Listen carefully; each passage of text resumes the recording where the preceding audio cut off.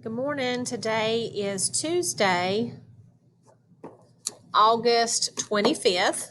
And for class today, here's what we are doing.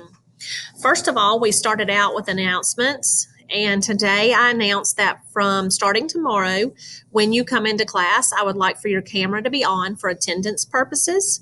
Once attendance has been taken, if you really don't feel like you can leave your camera on, then you can turn it off. But I would love for you to leave it on so I can see your smiling faces during class. But at least it needs to be on for attendance so that I can get a visual that you're here and start to learn your faces. Because for some of you, you haven't turned your camera on at all. And so it makes it very hard for me to know who you are. So for attendance starting tomorrow, everyone will be required to turn their camera on for attendance purposes. Next in class today, we did a recap from Friday where we allowed anyone who had not presented their digital bulletin board slide to go ahead and present that. There are still several people in every class who have not submitted their digital bulletin board, so you please need to remember to do that. Also, if your parent has not done the parent contact information Google form on my teacher webpage, they need to take care of that as well. Next, we then went and started our lesson for today. So in your Canvas, you can click on your module. And from there, we scroll down to today's lesson, Unit 1, we're starting with. And we started class by unpacking the standard that we're going to be focusing on this week. And our standard for this week is right here, RI 8.1, which says that we're going to cite text evidence that most strongly supports an analysis of what the text says explicitly, as well as inferences drawn from the text. And so we talked about what that means and we broke it down. So when we cite something, that means we're going to quote the text. We're going to go back to the article or the book or whatever it is we're reading, and we're going to pull out a quote to use as our evidence, as our fact from the writing. We talked about the word analysis, and when we analyze something, we really examine it to see what it means or what it's talking about.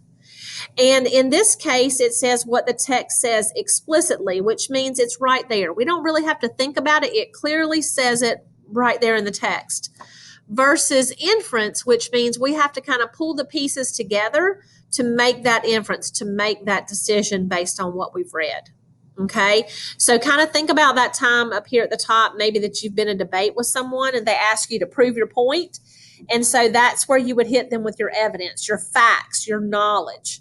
And it's important then to give credit to where we get that information from so that others know that we didn't just make it up or that it's false, and that they know that we are not taking credit for something that's not our own.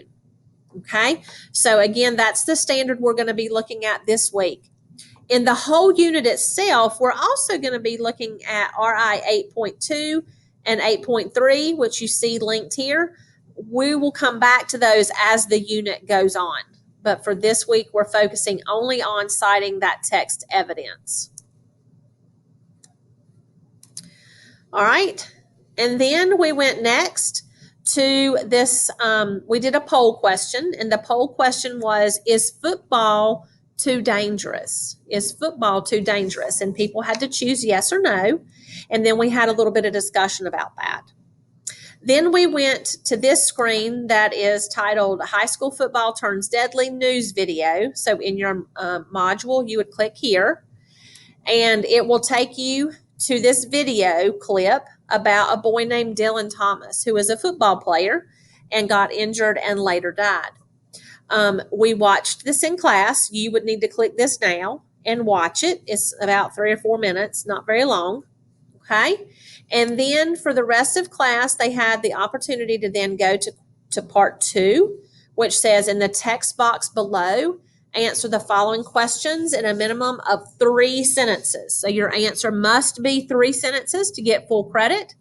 And the questions are, after watching the video, what opinion do you have about how safe football is?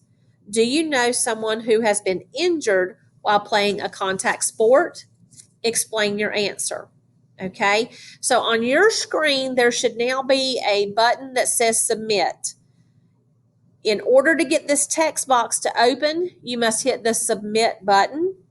And when you hit submit, it will pull up the text box. You type your answer, and then you hit submit when you are finished. Okay, so that was our class today. They had the rest of the time to answer the questions, stay on and ask me questions.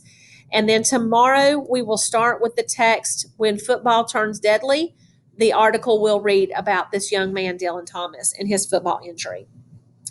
I hope you all have a great day, and I hope to see you in class tomorrow. Have a nice day.